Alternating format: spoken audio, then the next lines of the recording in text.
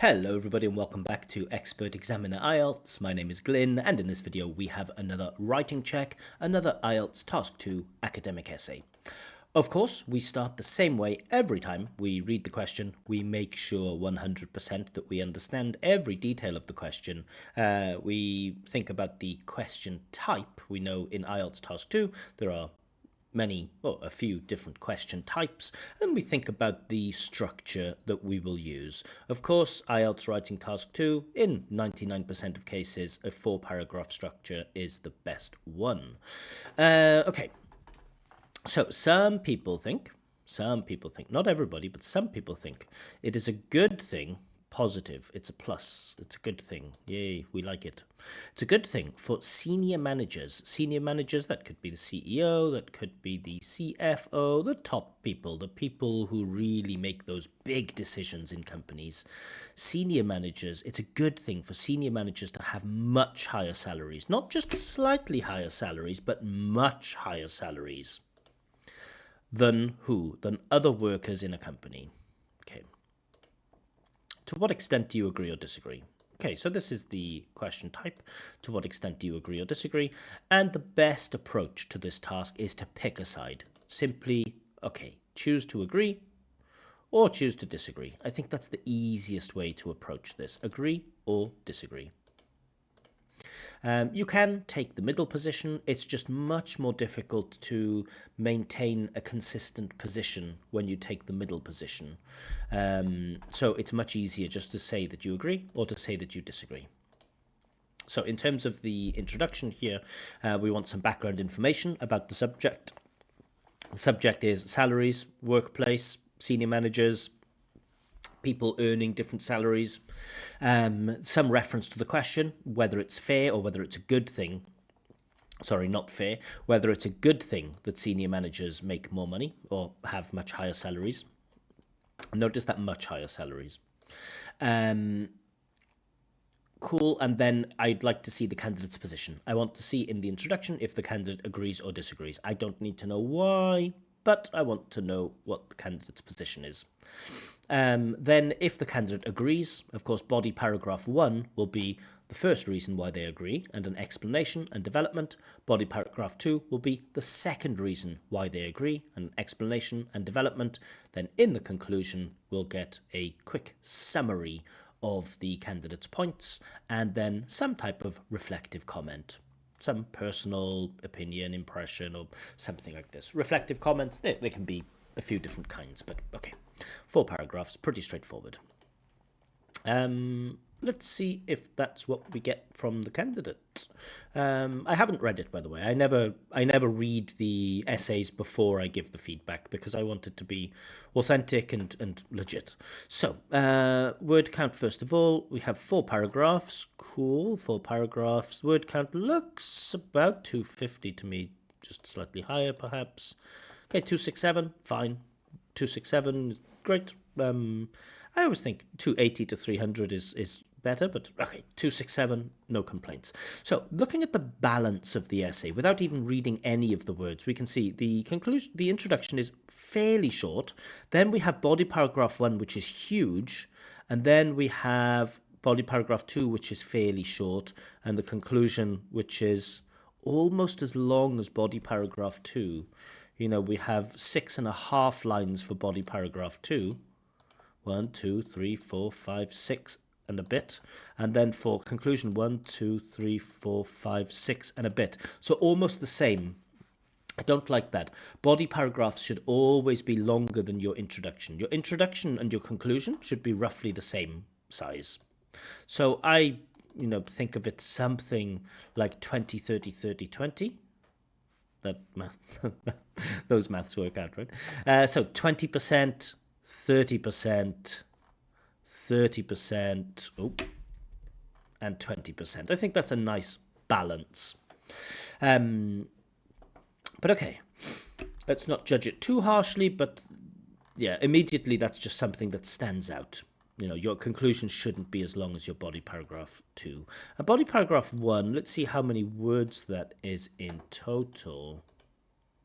That's 116 words. Now, the candidate's only written 267 words. So body paragraph 1 is about 40% of the whole essay. And it just feels a little imbalanced. But okay, let's get into some language stuff. There's a controversial debate among companies that senior managers should be paid more than subordinate workers. A controversial argument, maybe.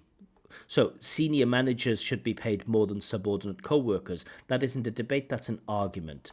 There is a controversial debate among companies about whether senior managers should be paid more than subordinate. That would be a debate, but this is an argument. So, the word debate just isn't perfectly used here.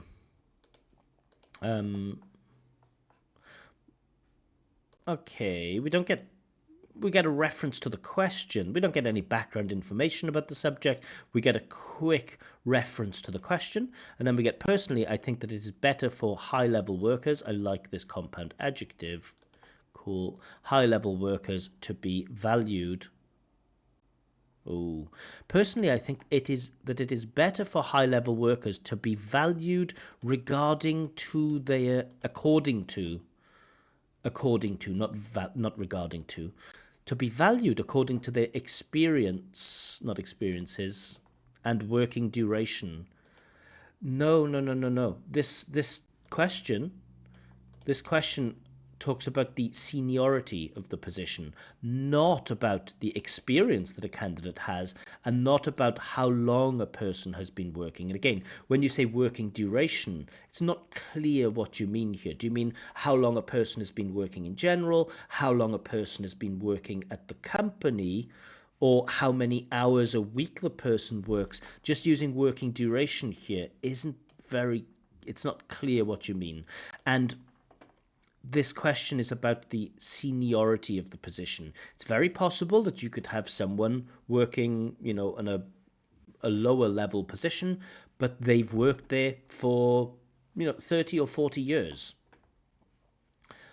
This question asks us whether it's a good thing that senior managers have much higher salaries. And you're talking about the experienced people and people who've worked for a long time being valued more. And again, being valued more isn't exactly the same as having a much higher salary. Of course, one way to show that a worker is valued is to give them a higher salary, but there are other ways, and so we are not specific enough connected to the question here. But okay, we get an attempt at a reference to the question, and we get the explanation of the candidate's position, but some of the details are just not precise. Okay, so hopefully now body paragraph 1 we'll get reason 1 why the candidate thinks it's a good idea for senior managers to have much higher salaries. Compared to other roles within maybe an organization is better here. An organization, senior management should hold a higher degree of accountability than frontline staff. Frontline is an adjective here. Frontline staff or team managers. Team leaders is probably more natural. Okay. So your topic sentence, the first sentence in your paragraph should explain the main idea. But there's nothing in here about these people, these senior managers earning more money. One reason why, a better way to start is, one reason why senior management deserve much higher salaries is that they hold a higher degree of accountability, right? That would be a nice topic sentence, but you're saying nothing here about salaries. Firstly, they're responsible for supervising. Good. Responsible for. I like that. Responsible for. Cool. Also like that higher degree of accountability. So it's always difficult as an examiner when you're focusing on 4 different criteria. Sometimes you notice something negative about the task response, but then you forget that there's something very positive in the language. So a higher degree of accountability, very good. Responsible for supervising and guiding other staff, very good. Okay, nice punctuation. And more importantly, they must take control over a company.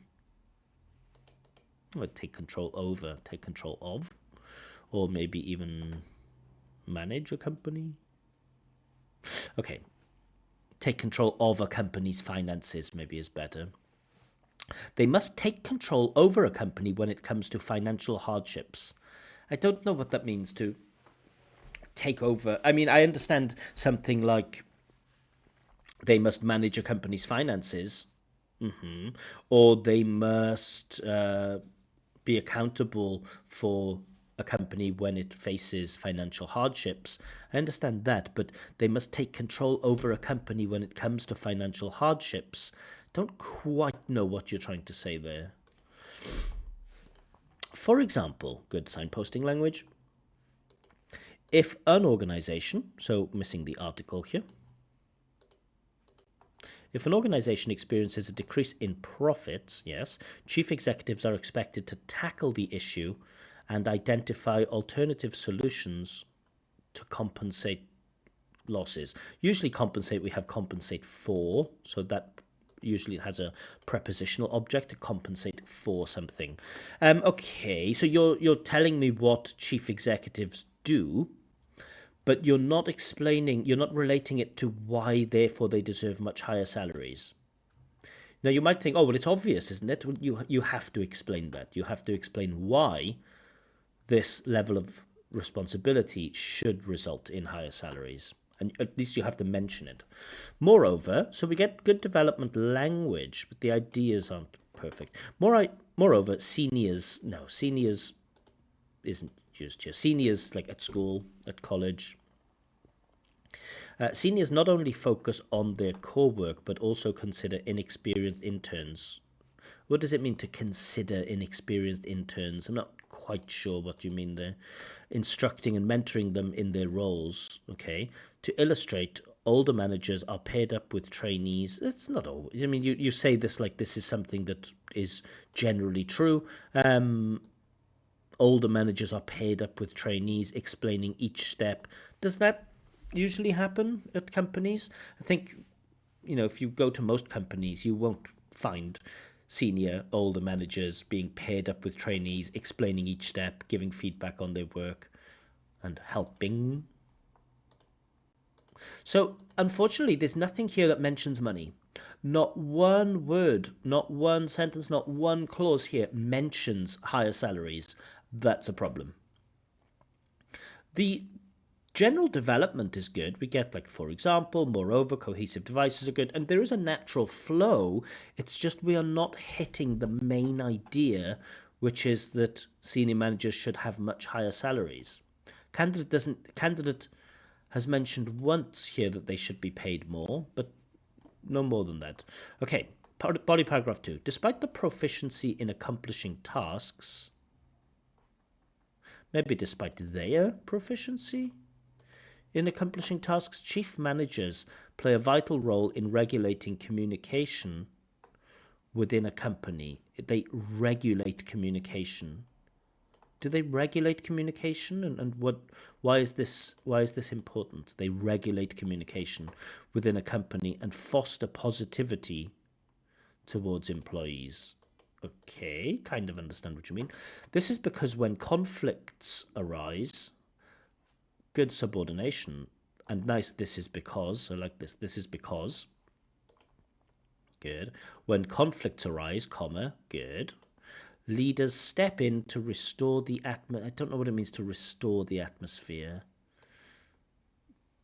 By organizing team build. So the ideas are too basic. You speak about this as if like this is just something that always happens or generally happens. Like, or usually when there's a conflict, then team leaders step in and they organize team building, entertaining activities. Now, you could point to this as an example, but you have to use language to show that it's an example, right? One thing that senior managers sometimes do is organized team building, entertaining activities in response to negative atmosphere in the workplace. So the way that I've worded it sets up this team building as one example among many different possibilities of ways that senior managers can improve staff morale in a company. But you make out like this is something that always happens, and I just don't think that that's true. Okay, since universities do not teach such skills, which skills? When you use the word such skills, I should be able to look and find, the candidate is talking about these skills. I guess conflict resolution skills, perhaps? And I don't know why we're talking about universities not teaching these skills. Anyway, head executives, I don't know about this collocation, head executives, top managers maybe, possess them through hands-on experience. Okay, you're explaining to the reader why top managers have conflict resolution skills. The task doesn't ask us, why do top managers have conflict resolution skills? No, the task asks us whether it's a good thing for senior managers to have much higher salaries. And again, in body paragraph 1, we haven't made that argument. In body paragraph 2, we haven't made an argument for why it is a good thing for senior managers to have higher salaries. In conclusion, good signposting language. Senior managers' roles, maybe? Okay, a senior manager's role maybe encompasses, so you're showing plural here, but you're using singular conjugation there. So this is a plural possessive, they, but you're saying encompasses, like he or she, encompasses a variety of, small mistake with the article, a variety of working ability, okay, such as steering the company before going bankrupt, not bankrupted, but I don't know what that means. Like, they have the ability to steer a company before going bankrupt. I don't understand what that means. Training new workers by giving valuable advice. Oh, we need an and here. And training new workers. So this is looks like a bit of a runoff clause. So just and would be nice here. And training. Notably, good, they are required to restore harmony among teams to operate the project. Which project? This project, as if you've, I don't know what you mean here, the project. Thus, it is proper to give, finally, it is proper to give higher salaries to leaders than low levels, as their duties are broad and ranging and overloaded. So, finally, we touch on this higher salaries. But you have to focus on that more. Good. All right, so let's get into some marks. Task response, I can only give a 5 for this. You're kind of,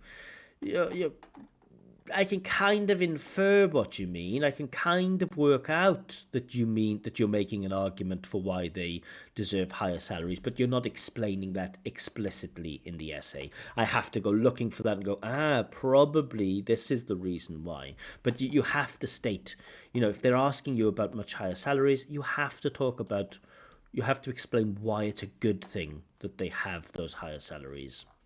And you just don't do that. Coherence and cohesion, a couple of minor slips, like we get such skills and the project, and there's no and there. So such skills, I'm not quite sure. A few dodgy references, but in general, candidates' development is good. 4 body paragraphs, cool. Some of the ideas just lose coherence a little bit just by how they are worded, But in general, I think the candidate does all right with this. But there is a problem with this balance. So I think, with good balance, maybe I would award the candidate a 7, perhaps. But this strange balance where body paragraph 1 just takes up 40% of the 40% of the whole text, and that the conclusion is just as long as the body paragraph 2. Body paragraph 2 would count 55 words, conclusion would count 59 words. So the conclusion is actually longer than body paragraph 2. So I don't like that balance. So that's why I'm giving a 6 for this, not a 7. But 4-paragraph structure, nice. Most of the cohesive devices used well. Balance is a little bit strange, and there are a couple of strange reference terms. Lexical resource. This one's a strange one because I'm between the 6 and 7. For me, it's a 6. There are just too many mistakes with strange collocations like head executives or going bankrupted is go bankrupt is a good collocation, but not bankrupted. Regulating communication.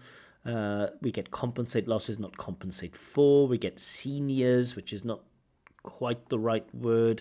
We get frontline as an adjective, but we need that noun there. So candidates show some topic-specific language for sure, but for me there are just too many mistakes with collocation there. Too many words that I think just aren't quite precise enough. So for me, 6. And grammatical range and accuracy. Let's have another look at this. I haven't thought too much about the grammar.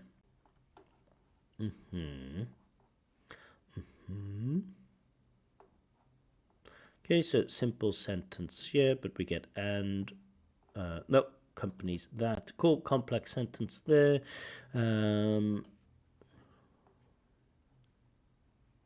Okay, so nice range of sentences. First of all, do we get a range of structures?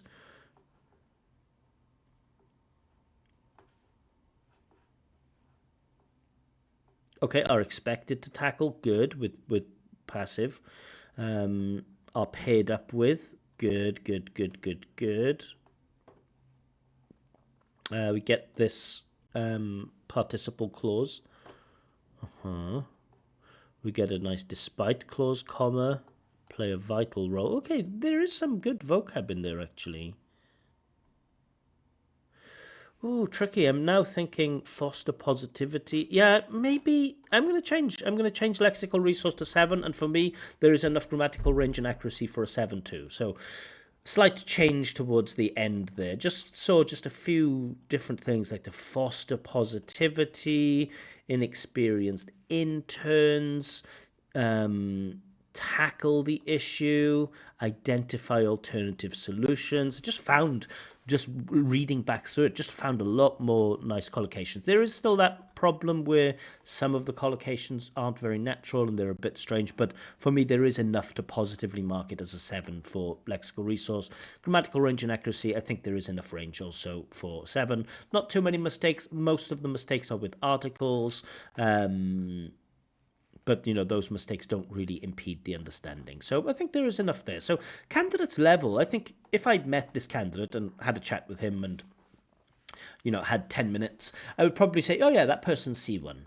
But this writing isn't C1, and the reason this writing isn't C1 is mostly because of this task response. The candidate didn't do what I did, didn't read the question very, very carefully, didn't think exactly what they need to focus on, and so they ended up writing about something just slightly different. And so that holds the candidate back. So according to this performance, this is a 6.25. So 6.25. People argue with me all the time in the comment section because this information isn't available online, but it does round down to 6.0. So many people tell me, no, it rounds up. In IELTS, it rounds up.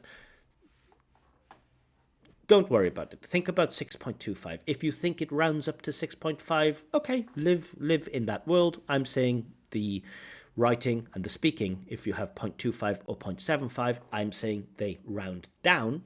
The overall score between speaking, writing, listening, reading, if you have 0.25 or 0.75 for this, it rounds up. But let's not worry about these details. 6.25, key thing to take away, read the question very, very carefully. Make sure that your answers focus on that question. In this case, much higher salaries. Also be careful with the balance of your essay. We want something like 20%, 30%, 30%, 20%. We don't have that. You have a big body paragraph here, which is taking up too much stuff, and also your conclusion is longer than body paragraph 2, and that's not what we want. So we want nicer balance with the paragraph structures. But in terms of your language, cool, you know a lot of good English, and if you can maintain this level of grammar and vocab. I don't know sometimes if candidates use the internet to, or use ChatGPT to help them a little bit to change their texts. But if you can use this kind of language in your real test, but improve the paragraph balance and also have a more precise focus on the question, there is no reason why you can't get band 7.0 in the real test, in my opinion. Anyway, I hope you enjoyed this breakdown of this candidate's writing. If you would like me to check your IELTS writing, or if you would like a free practice speaking test with feedback, then you can request this on my Telegram channel. A link to my Telegram channel is in the description below. But I will leave it there for now. Have a wonderful day and see you very, very soon. Bye-bye.